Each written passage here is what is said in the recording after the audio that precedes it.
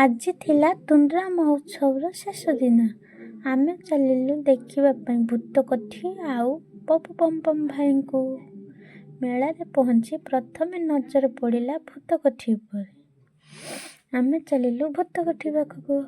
ଭୂତକୋଠି ପାଖରେ 20 ଟଙ୍କା ଲେଖା ଟିକଟ କଟା ହେଉଥିଲା। ସେଇଠି 20 ଟଙ୍କା ଲେଖା ଟିକେଟ୍ କାଟି ଆମେ ଗଲୁ ଭିତରକୁ। ମୋବାଇଲ ଫୋନ୍ ଏଲାଉ ନଥିଲା। ବାହାରକୁ ଆସିବା ବେଳରେ କିଛି ଭିଡ଼ିଓ ମୁଁ ଉଠାଇଥିଲି। ତାପରେ ବାହାରିଲୁ ମେଳା ବୁଲିବା ପାଇଁ। ମେଳା ବାହାର ବହୁତ ସୁନ୍ଦର ଦିଶୁଥିଲା। ସବୁଠାରୁ ସୁନ୍ଦର ଦିଶୁଥିଲା ଆମ ବେଲୁନ୍, ପିଲାମାନଙ୍କର ଛୋଟ ଛୋଟ ଖେଳନା ବେଲୁନ୍। ଆମେ ସନ୍ଧ୍ୟା ସମୟରେ ଯାଇଥିଲୁ ଯେହେତୁ ଭିଡ଼ ଟିକେ ଅଳ୍ପ ଥିଲା। କିଛି ସମୟ ବୁଲାବୁଲି କଲୁ। ତାପରେ ଆମେ ଚାଲିଲୁ ଖାଇବା ପାଇଁ। ସେଠି କିଛି ସମୟ ବସି ଖାଇସାରିବା ପରେ ନଜର ପଡ଼ିଲା ପିଲାଙ୍କ ଦୋଳି ଉପରେ। ସେଠି ଝିଅକୁ ବସେଇ ଦେଇ କିଛି ସମୟ ବୁଲେଇଲା ପରେ ସେ ବସିବା ପାଇଁ ମନା କଲା। ତାଙ୍କୁ ଓହ୍ଲେଇ ଚାଲୁ ଆର ପଟକୁ।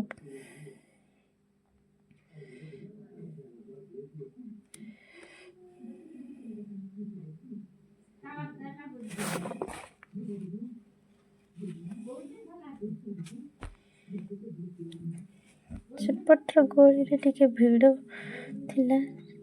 ସେଇଥିରେ ସୁନ୍ଦରିଆ ସୁନ୍ଦରିଆ ଜିନିଷ ଗୁଡ଼ା ଉଠୁଥିଲା। ଭଲ ଲାଗୁଥିଲା ଜିନିଷ ଗୁଡ଼ା। ମାଲୋ କେତେ ଏ ସବୁ ଥିଲା 20ଠୁ ଆରମ୍ଭ କରିକି 100 ଟଙ୍କା ପର୍ଯ୍ୟନ୍ତ। ଆମ ମେଳାରେ ତ ଅଧିକ ରେଟ୍ ନାହିଁ। କେବଳ 20 ଟଙ୍କା ପାଖରୁ 100 ଟଙ୍କା ଜିନିଷ ନେଇପାରିବେ। ସେଠୁ ବାହାରିଲା ପରେ ଆମେ ଚାଲିଲୁ ପ୍ରୋଗ୍ରାମ ଆରମ୍ଭ ହୋଇଯାଇଥିଲା। ଭାବିଲୁ କେତେ ଭିଡ଼, ବହୁତ ଭିଡ଼ ଥିଲା। ଯେହେତୁ ପପୁ ପମ୍ପମ୍ ଭାଇଙ୍କୁ ଦେଖିବେ, ଓଡ଼ିଶାର ବେଷ୍ଟ କମେଡ଼ିଆନ୍ ପପୁ ପମ୍ପମ୍ ଭାଇ। କିଛି ସମୟ ପରେ ଆମ ସିଙ୍ଗର ମାନେ ଆସିଥିଲେ। 3 ଜଣ ସିଙ୍ଗର ଭୁବନେଶ୍ୱରରୁ ଆସିଥିଲେ। ତାଙ୍କ ପ୍ରୋଗ୍ରାମ ଷ୍ଟାର୍ଟ ହେଲା। ଜଣେ ଜଣେ ସିଙ୍ଗର ଗୀତ ଗାଇବା ଆରମ୍ଭ କଲେ।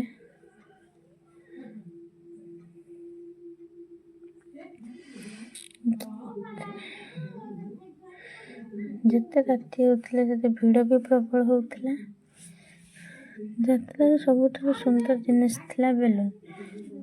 ଏତେ ଗୁଡ଼ିଠାରୁ ବି ବହୁତ ଲମ୍ବା ଥିଲା ବେଲୁନ୍ର ସୂତା ଗୁଡ଼ିକ।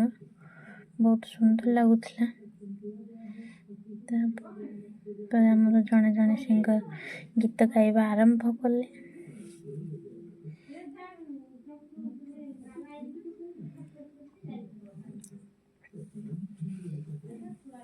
ଭିଡ଼ ବହୁତ ଥିଲା। ଆମେ ଦୂରରୁ ଠିଆ ହେଇକି ଦେଖୁଥିଲୁ, ପାଖରୁ ଦିଶୁନଥିଲା।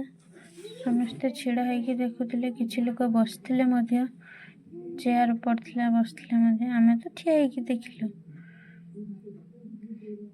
ସିଙ୍ଗର ମାନେ ଆମ ସ୍ୱର୍ଗତ ହ୍ୟୁମାନ ସାଗରଙ୍କ ପାଇଁ କିଛି ଗୀତ ମଧ୍ୟ ଗାଇଲେ। ଶେଷରେ ଆମ ଅପେକ୍ଷାର ଅନ୍ତ ଘଟିଲା।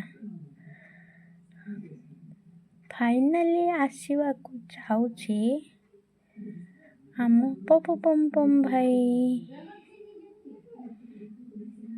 ଗୋଟେ ଦେଶାତ୍ମକ ଗୀତ ଥିଲା। ତାପରେ ଆସିବା ଆମ ଲୋକମାନେ ଆଗ୍ରହ ସହିତ ଅପେକ୍ଷା କରିଥିଲେ ଆମ ପପୁ ପମ୍ପମ୍ ଭାଇଙ୍କୁ।